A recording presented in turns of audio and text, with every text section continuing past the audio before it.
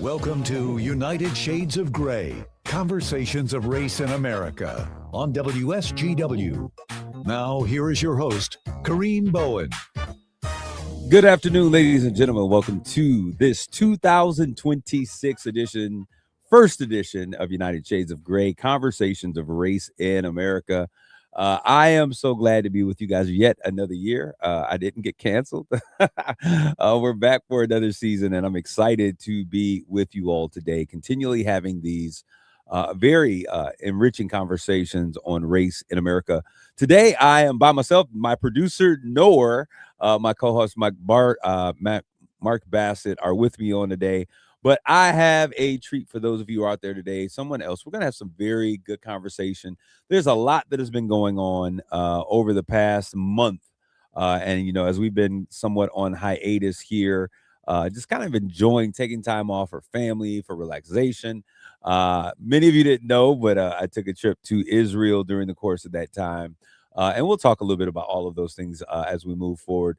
But it has been a very exciting 2025. I'm really excited about what is to come in 2026 as we forge forward. I want to give a shout out to everyone who continually tunes in and makes this show what it is. I get so many conversations. For a long time, we didn't think anybody was even paying attention to us. But we find that there's a lot of people that are tuning in, especially as we post it on our platforms via social media, also on the places where you get your podcasts. If it's iTunes, Apple Music, Spotify, we are on all of those platforms as well. So go out there, find it, find United Shades of Gray. Or you can put in Kareem Bowen, it'll come up there as well. So we want to thank you guys. This is a new year. So happy new year. Happy to you. Hopefully you are ready, set, go, ready to make some great things happen in 2026. Regardless of how you ended the year last year, the great thing about a new year is that we have an opportunity to do this thing all over again. All right, so I'm going to get in. Today we're going to set the stage for some conversations that are going to take place. As I said, while we were on break, a lot has happened in the world. A lot has happened in this country. So many things that we have going on. There is a local election to fill a state Senate seat that was exited by our U.S. Congresswoman now, Kristen McDonald-Rivet. That has become very contentious and in many ways very nasty. So I'm going to get right into the thick of things, no longer delay, but I want to say Happy New Year once again to all of you who are listening to us on WSGW 100.5 FM and 790 AM and a simulcast. We now, if you have not paid attention, we are no longer Alpha Media, the new name. We have new ownership, Connoisseur Media. So we are now connoisseurs of this space of media and entertainment. We certainly thank you guys for your continued listenership. We're going to bring into the studio a very dear friend. He's been here before. Every time he comes, we have great conversation. And so today, I'm excited about having him here today because we're going to get into it like we ought to. We're going to mix some things up and get into this conversation. I want you all once again to welcome to the stage Bishop Hurley Coleman Jr. How you doing, Bishop? I'm doing well. How are you, Brother Green? I am doing really well. I want to say this, Bishop, because many people may not know this, but 2025 was a big year for you. Not just as a pastor, but you stepped in deep into the other waters. You've always been an extraordinary singer. You have always been the one who can bring the church down when you sing. But this year, you went crazy viral for singing, for being able to just lead people into worship, and you just let the Lord use you. So I want to say congratulations on that. I'm sure we'll be hearing even more from you coming forward. What's going on, Bishop? Well, you mentioned that, and I was talking with someone just the other day, and they were talking about it, and I still have not really grasped all of it. It was a moment that I really believe that was God orchestrated, God ordained, and I was with the national meeting of the National Church of God in Christ, the installation and inauguration of our national officers, and I was called upon to be the psalmist. I sung twice, and like you say, God just took it into an extraordinary level. And I got out of the service, and I had a message from my son was there with me, but I got a message from on my cell phone, and it said my daughter, Dr. Coleman, Natoya Coleman, said, "Dad, you need to look at this. You just went viral." And I said, "Oh my God, do I need to get a shot? Is it something I can get cured from?" And so she said, "No, no, no, no, no, no." And hundreds of thousands of people were watching. I mean, it was pretty amazing. It Pretty was. amazing. Bishop, I know you racked up likes from my IP address because I watched it over and over and over again. It was one of those moments that I was really proud to be able to see you uh, do what you do every Sunday in your local church on a national platform, and so global platform. Let me correct that. It was global, yeah. Yeah, so it was very exciting. It was a lot of fun. But I got you here today because this is the beginning of a new year. We have been so busy, uh, you know, putting out fires and taking care of the needs and the issues that have presented themselves to the village. And I say starting back, I guess it would have been not November with the secession of the SNAP benefits. And you were one of those key individuals from the community collective that have come together to really make sure that we are meeting the needs for food and security in our community. And even when those benefits were restored, we said, hey, since we've come together, why don't we continue to address those needs because they are so pervasive in Saginaw, which is a food desert. So how did your year end out? Let's talk. Let's start Well, there. I think that by you bringing that one particular point up, it turns a light on the whole year, Yeah. because what happened in the middle of the year began in the beginning of the year. um, I can't stress enough how people have to really pay attention to the 2024 election. The 2024 election was a statement. It was a statement of what was to come. What we're seeing now was actually forecasted. It wasn't hidden. It was very publicly stated that these are the things we're going to do if we get in office. And it was so dramatic and so blatantly done that people just did not want to believe that it was going to be the case. And that's one of the things you hear constantly about this administration, that this is one of the most transparent administrations we've ever seen. And it's absolutely the case. And the thought is, the logic is, if I tell you I'm going to do this, then why are you surprised? And if I'm telling you I'm going to do it and I actually do it and get away with it, why do you think it's not something I can do? So, Bishop, I want to interject really quick for just 1 second because what you're talking about, and even 2024, when it was coming around, all of 2022, all of 2023, we were sounding the alarm that Project 2025, 2025 was a real thing. There was a real really? agenda by a large base in the conservative department that had been working on this agenda. Yeah, And everyone said that we were crazy. Everyone said that it would never happen.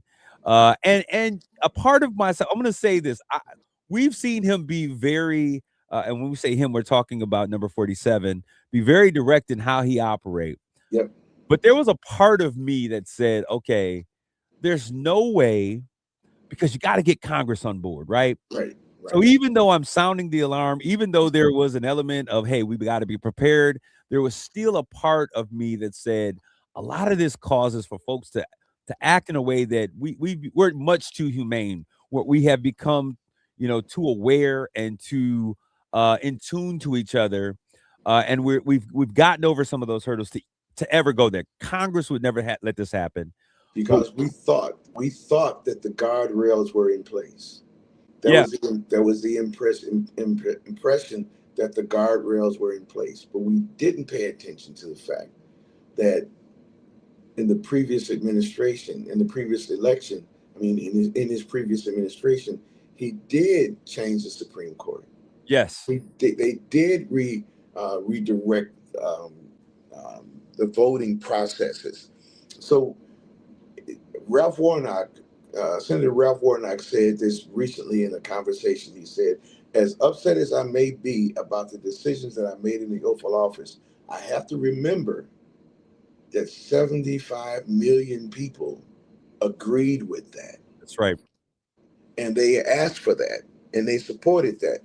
So here we are now in this situation. So when the changes happened and all the cuts were happening all over the place and programs were being demolished and destroyed and programs that were institutionally supportive of people that were taken away without really good reason, then all of a sudden we recognize, oh my God, what was already bad is about to get worse. And there was no plan to counter that. So here in Saginaw, when it became apparent that people who are in SNAP benefits and other programs of that nature were going to be held hostage for a political purpose, then there was a group of people that said, "Well, we cannot let that happen." Yeah. The beauty of it is that it was a real coming together, Yes. and it shows us that we can do this. Well, Bishop, We can do this. that is exactly correct. It's funny because I think that sometimes we need a reason to unite, right? We need a gathering cry or a rallying cry. And we saw this nationally with 9/11, right? We were attacked on domestic soil by these terrorists, and we were not going to stand for it. And the United States of America, all of the states, all of the people, its people, for a period of time were united one United. under Yeah. one banner. Mhm. And we said, hey, we're going to go for it as a country. But this thing of race, we're talking today, we're stepping into this new year. But what we understand to be a social constructive race, is so powerful and has been so powerful in this country, that even a unified movement like what we saw from 9/11 was very short lived. We now stand, as it would be, in what I would consider the most divided time of our lifetimes, and some would say since the civil rights movement. I'm almost saying that it may be worse than, because, and I'm going to say this, Bishop, and I'm going to throw it to you, and I'm going to let you just kind of respond to what I'm getting ready to say. I think the election of President Barack Hussein Obama scared a lot of folks, because for the first time in history, black folks by percentage outvoted all other bases. And so we see the response, that when we are able to come together, that we are such a vital portion of the voting uh, conglomerate, that we make an impact. And I think that everything, even this is 2026. He's been out of office an entire two administrations, and his name is yet being rung through the halls and the annals of our great institutions. I think that scared the bejeebas out of a lot of people, and now his election and his presidency, which he still is one of the highest rated president of any president in the country, scared a lot of folks, and so now they feel that there was a need for a reset. What say you, Bishop? I think you gotta kind of dial down on what it means when you use the phrase that it scared a lot of people, because I'm convinced that this fear that we're seeing was always there. It was always there, but it was always kind of controlled because it looked like it'll never happen, Absolutely. right? So that when that did happen, and here's what's even more difficult for those who are really animated against President Obama's history, everything that he did. What really bothered them even further was not only did the black community, the African American community, melanated community come together and push to make this happen, but there were also A coalition. others, because the total number of votes that we can count in our own community is still not enough. But there Absolutely. were also others. Just the thought that other people would join in with this community to make this happen. That's where the fear was heightened, because how do you control people? How do you keep people from crossing the line, from staying in the flocks, from staying in the fold? How do you do that?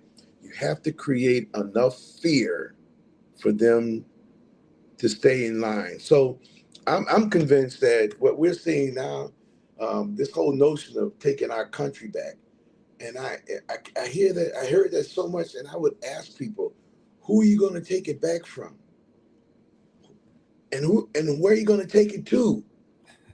You, you can't. How do you take a country back that you already have? You already have predominant leadership in every venue. You already have predominant value in every. You have more money than anybody, any other ethnicity. You have more property. You have more. You already have everything. You even have more control. So what is it? What is it? What the and the desire here is to make sure that we can let our people know that we know how to protect them. And so we got to have an enemy, and that enemy has got to be palpable, it's got to be close, and you got to feel it. So I'm gonna just take this one particular point.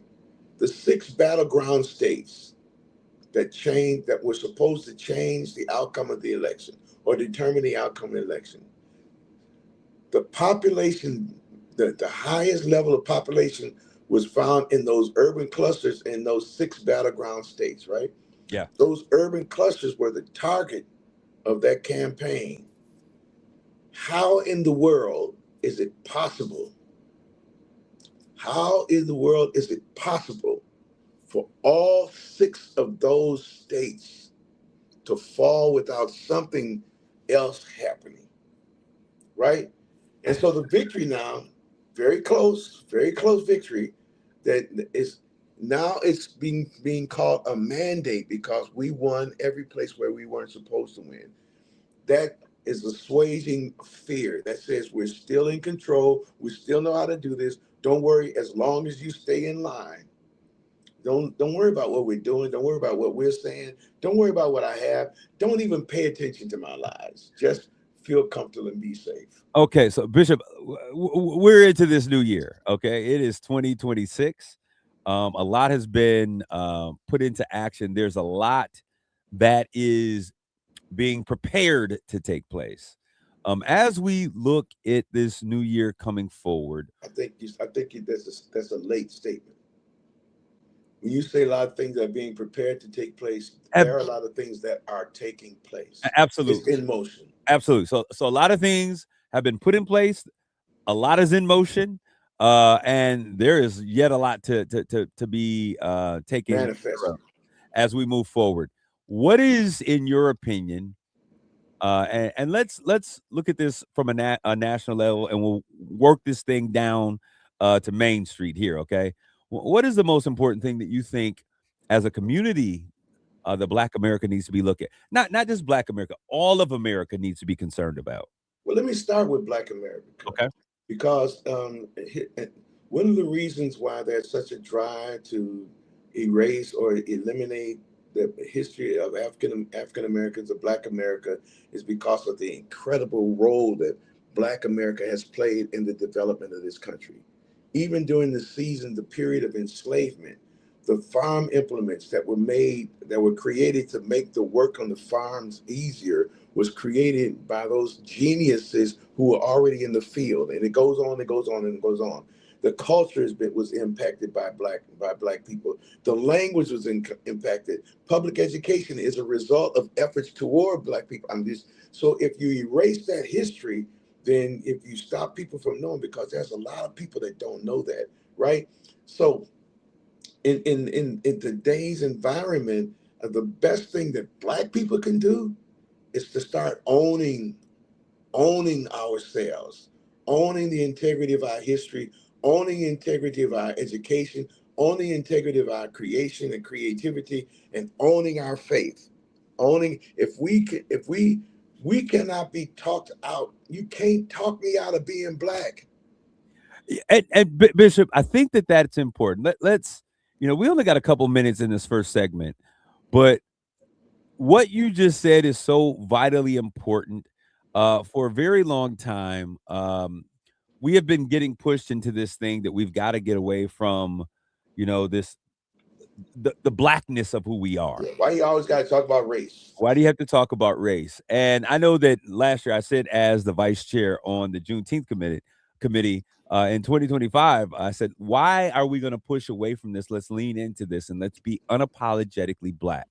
When I see other nations and other nationalities and other races and ethnicities be able to celebrate who they are to the full, and it's not of issue to anyone, but it becomes problematic when we look to those African American descendants of slaves and their desire to be reconnected with their history, with their past, and to celebrate the idea of who we are, what we have accomplished to this great nation, as you stated, the impact that we've made. We got a minute. Why is it so vitally important right now, Bishop, for us to embrace those things? It's important for three reasons in my mind. It's important because if you don't remember, if you don't know your history, you not only do you have to take the risk that you can't grow from it, but you lose it. You lose it. One of the greatest cultural machines or tools, devices that was used for the enslaved people was to cut off your language, change your name, cut off your history, separate you from people that you know. So if you don't pay attention to your history, you lose it. Secondly, if you don't pay attention to your history, you lose what you have now, the continuity of the nowness of us being together. And the third thing that's most important is you cripple your future because the people who are coming behind us, behind you and I, they don't have any idea what it was like to be us unless we tell them. We're going to put a period right there. We'll come right back with more United Shades of Gray.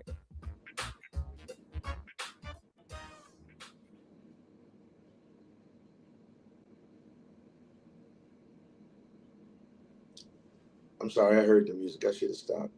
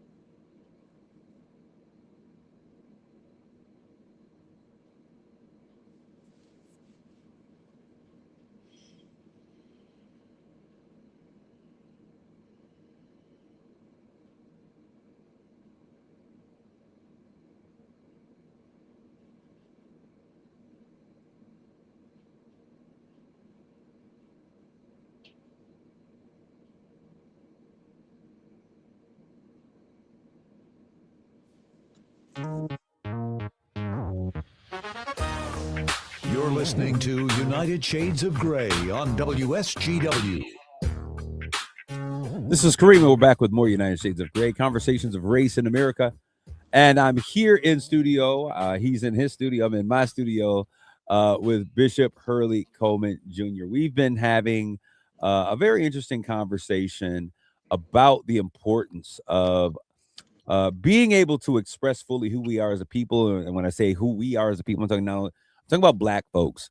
Many times people are like, why does there have to be a black edition or a black version? And it's because we need a space where we can express, where we can be open and honest, and where we can, in fact, be seen and both heard. Bishop, moving into this year, we talked about the things that we have seen. There were many people who said that this would never happen, that it was economic, it wasn't racial, all of the things that we've heard. I think now, as we look at where we are, it's kind of hard to not see the strong racial tone and bias that this administration has taken. Uh, Moving into this year, we started off talking from a national perspective. But there are some things that are happening here in the great state of Michigan. We have an election that is very, very important. And I want to make sure that we as a community, and I said this, I came out very strong and I made my opinion known in terms of where I was standing with this particular election. And sometimes you find yourself on different sides of the line. And I'm good with that this year because understanding what we've seen, Bishop, understanding what's taking place, what I've seen is that there's only one candidate with this next election that's coming up that understands what's happening in the community, understands what's at risk, understands how to fight, because you got to understand, you've got to have some understanding about what politics is and how to operate there. Right. So I talked about Dr. Pamela Pugh, who I've known for a very long time. She ran for this position before, and I did not vote for her. I say that openly, but I think in this season and in this time that this is the voice that we need fighting for us down in Lansing. So I just want to kind of jump into the importance and the fierceness of now. The one thing about this particular race, and I want people to really understand how significant this is. The person who vacated this seat ran for a congressional seat after a very short time in this seat. It's a state senate seat. It's an extended term. Representative seats terms are shorter than senate terms. So the person that ran for this seat, and when that person ran for this seat, I was one of the first ones that was introduced to her in our community, and I was introduced to her by Dr. Pamela Pugh. I didn't know anything about her, and I was really impressed, and I supported and worked in the campaign. I want people to know that I have worked in many campaigns down through the years with a lot of candidates, some who have won and some who have lost. But after the race is over, after the campaign is over, you need to get back to work, because politics is how you deliver services to people. Politics and governing is how you deliver service to people. And Coleman Young said this to me a long time ago. I met him. He said, Brother Coleman, you got to remember, in politics, there's no permanent friends, there's no permanent enemies, but there are permanent issues, right? So not long after that, there was this race after the election. There was this race for the congressional seat that filled now. Both those two persons, the sitting Congresswoman McDonald Rivette, and Dr. Pam Pugh were in the primary. I was very supportive of Dr. Pugh in the Pam primary. She didn't win the primary. I supported the Congresswoman in the race, because once the primary is over, then the party needs to come together. The people need to come together and run. That was it was over a year ago. That means that somehow the party decided to keep this city, keep our district without representation in Lansing for a whole year. Now, the person that won the congressional seat could have looked back and said, well, this person really ran well. Governor, why don't we just make this happen, because they really ran well and they're very recognized, and this is going to work. It should have happened, because in other situations, that's exactly what happens. There's a pecking order, right? In this instance, and I said this without having factual proof of it, but it appears as if there was a desire to do anything but fill this seat with the person who was the best qualified person. Well, now Bishop, we're in the primary. Bishop, I agree with a lot of the things that you say. I'm gonna push back a little bit. I don't know what because there is no facts, okay? Because I don't have facts, and we don't. I said I didn't have any facts. It's just my belief. But I think it's important to understand, and I want to understate that is your particular belief. I think that is my belief. Yeah, I think I'm not held privately with anybody who will listen to me. No, but I think that there are some other things that are also at play that are important, and that I really I don't really want to go down that road. But there's some things I think that exist. Let me tell you the dangers. Maybe that was the reason But I also think that our governor, who has the responsibility to do this was a call that she had to also make. And I think it's important. There's been a lot of pressure on the other side to put that put it in motion. And I think that, honestly, my opinion, one of the reasons why it was delayed was because of the atmosphere and the falling in love with an ideology that was presented by Donald Trump that seemed to be really taking toll and really getting a hold, especially in this bellwether county. Go ahead. I want you to hold on to what you just said and consider this. Yeah. If that is the reason for delay, then what reason should we have to believe in this present moment that there would be the will to fight against that, because that inference or that threat is always there? Well, because I think that the tides have also turned. I think that there is, to some degree, I think that there is a belief, and this is why I say that, Bishop. Before, we were the other, and I don't think people thought folks were not aware that they were a part of the other category as it relates to this administration, but have been given an opportunity to realize that, yes, you one of the others as well. And so I think that from a political perspective, that may played into why we now see this election taking place versus. Here's why I have to tell you, I have to keep pushing back on that. Okay. And make this statement, because there are people who have not been involved in the political environment in the years that I've been involved, and at the levels that I've been involved, that would not know that there are powers to be when unified effort comes together. If the state decided, the leadership of the state decided to do something, it would make it happen, because it always does. All right. And in historic situations, we've seen it where this thing has been moved along, no matter what the opposition is. And in this instance, three things. The office was held open for over a year.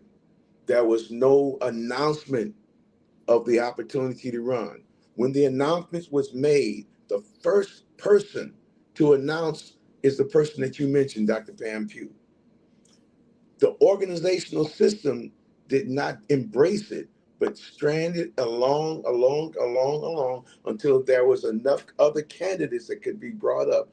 Now, that's where the challenge comes in, because we have to look at this thing in as pragmatic a posture as we can and say, at the end of the day, I'm going to tell you what really got me.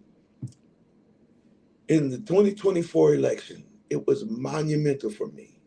In that election, it was the first time there was an African-American female who actually had a chance to win the presidency.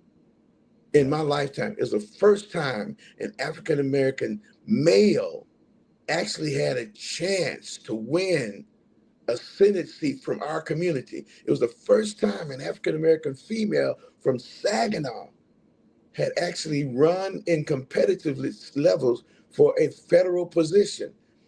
These things, at my age, to see this and know that all we had to do was just say, we're going to do this time, because all the other entities did it. There's a group of people in this country, in our state, who decided, because they didn't like something that one of the candidates said, they were not going to vote. They all held their vote. Why is it that our community should be criticized, should be castigated, simply because we decide that we want to be unified around something? Well, you know what? I'm going to say this, Bishop. To the point that you're making, I 1000% I agree with the fact. And this has been a thing for me. No one should determine who our leaders are in our community but us. And to your point, the Democratic machine, the Republican machine, they both have candidates that they select. When I look at Amos O'Neill was never the political machine's choice. But he was able to work some things through, right? Why is it continually? This would be my question to the Democratic Party, because in my opinion, I don't see any different between what the Republicans and the Democrats are doing for our community other than the manner in which they want to do what it is that they're doing. But in each case, we are always overlooked, and we are never the chosen selection. That is a problem. And now, even in this current election, the one that we're talking about, we see a situation in which the machine and party loyalists are not surrounding the candidate that this community says is the candidate that we would want. Now, and it's consistently been taking place. Now, there's a couple of things that we could ask ourselves. But the fact of the matter is, why does it seem that we are always on the outside of the circle? Because we don't come to the point where we cannot be ignored. How Because do we we do don't that? How do we do that? Get we to the have to point that we we can't be. have to we have to we have to unashamedly, intentionally arm ourselves in a unified purpose, in a unified stance around what we believe is important, right? Or who we believe is important, and then stand with that person. That means that even though there may be some of us who don't want to be with us, that will not overshine the number of us that stand together. And because my mother said this. My mother said this, that there's no me in unity. And she said, let me break this down. Unity is not me and you doing things. Unity is you and I tied together. Yep. All of us, if there was ever a point in time where a statement needs to be made, a dramatic push needs to happen, is in this moment when we need to arm ourselves with our choice, and stand with it. And I don't disagree with you there. I think that we are now also seeing, it's interesting, um, in our community, Bishop, and I'm gonna let you. I'm gonna throw it out there, and if you decide to address it, address it. If not, then you don't have to. Um, we've always had in our community where uh, there were organizations and people that would take out the smartest or the brightest or one that has some influence, and they would don them as, you are the exceptional one from your group, and you should be the standard. We've seen that happen so many times. We've seen people wanting, it's crazy, but when you steal a person's identity, you talked about why having your identity and understanding yourself and your language is important. So many of us in our community have moved into a place that we're Republicans for the purpose of feeling like we've arrived. And I'll say it that way, and I know it's going to offend some folks, but hey, we're going to say it anyway. How do we begin to really address the needs of the fragmented vote that sometimes shows up in those cases? And for the most part, we as a black people, as a people, we work together. We understand. Even in this election, they want to say all of these black men voted for Donald Trump and all of these other things. But how do we, as a people, bring home those individuals and to help them to understand that I'm black and I'm proud? I'm gonna say it loud. There is nothing wrong with voting identity politics because we see it happening all over the nation, right? It There, always happens when it's in other circumstances. It always happens. I'll tell you this. This is one of the great challenges that I have because I've watched it down through the years. This is not what we're seeing in Saginaw now is not new. It is a tool. It is a device that goes all the way back. And somebody gonna really hate this.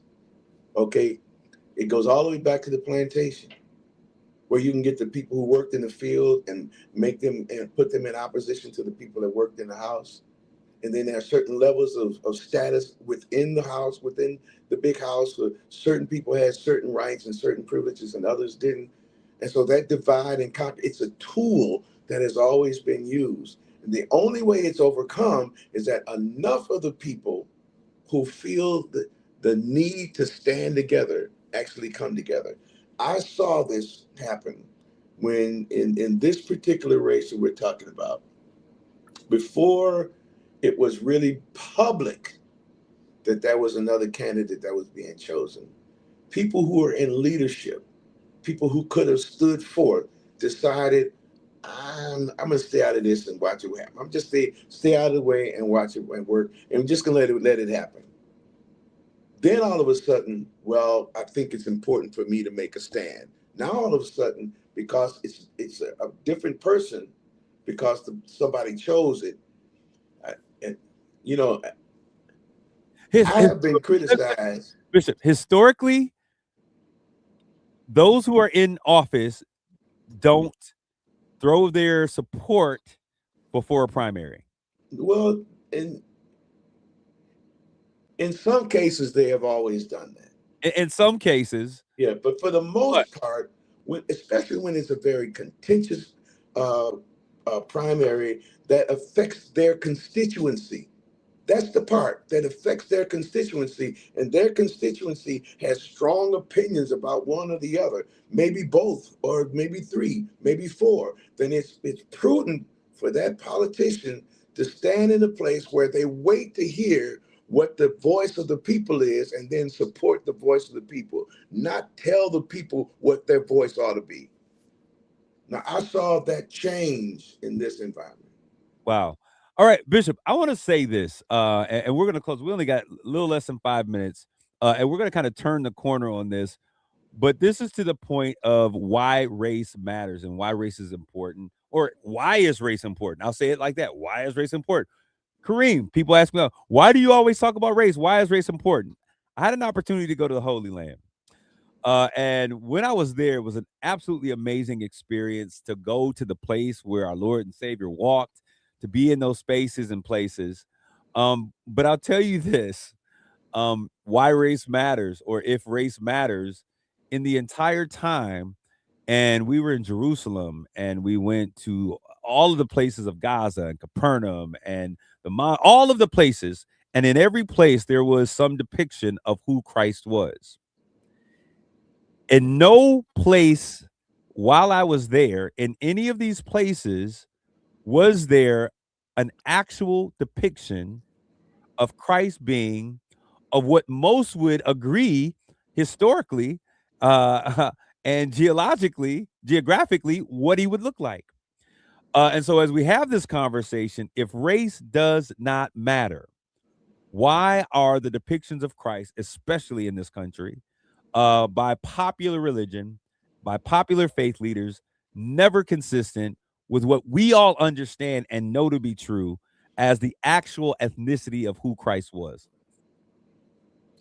Well, you now have created an opportunity for an entirely new program and an entirely exhaustive study of geography, demographics, and real recorded and documented history. Um, I'll tell you this when it comes to that, because in the 2024 election, there was a strong Christian element to the president campaign that really almost made it as if you don't vote in this direction, you can't be Christian. But then the results of it, the programs, the process of it, don't even look like the Bible. They're not on. They don't. If you take the red letters of the Bible and the Gospels, the words of Jesus, this doesn't look like Jesus, right? So why race matters is because race matters, and what it really matters to who it matters to. For the people who are nervous about what's going on now, race matters because their race is being somehow challenged. To us who are the targets, race matters to us because we're the targets because of our race. And race matters more importantly because if we don't come together as a race, because that's the construct that's there, we will not have what we need to have for ourselves. Bishop, I certainly want to thank you for that. It's important for us to understand as a community, as a nation. I mean, I really, when we hear the stories of Dr. King and it's January and everyone's preparing to, I guess, celebrate Dr. King, or are we celebrating Charlie? I don't know which one we're doing this year. But as our community prepares to celebrate the one and the only, not to be reduplicated, Dr. King, I'm reminded by his statement that he longs for that time for equality to take place. And we've said it a million different ways, and we've cut that a million ways. But the reality of it is, he longed for a time when people were not by the content of our skin, but the content of our character, not the color of our skin. He also longed for a time that we would recognize that regardless of what shade or hue or color we might be on the outside, that when we bleed, we all bleed red. That is what it means to be a real American. That's what it means to be common, one nation under God, indivisible, with liberty and justice for all. Thank you for your time and for being a part of this conversation, Bishop. I look forward to having you again in the future. For those of you out there in the social media stream, let's like, tag, and share this conversation with those around you. Voting is coming up. Your vote matters. So take care. God bless you all. Grace and peace.